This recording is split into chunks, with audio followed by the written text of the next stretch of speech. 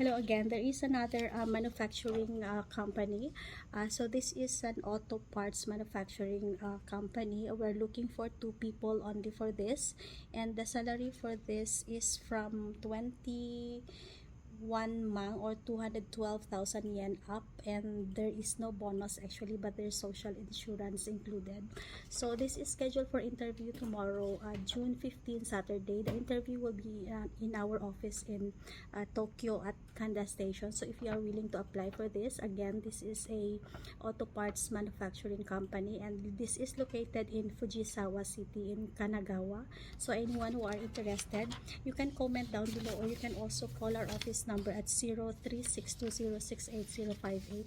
For other jobs, we have more jobs for interview every day. We have a schedule from Monday to Sunday. So if you are also changing your visa, we also have visa support, so you can directly call us in our office number, or you can comment down below for more information. Thank you.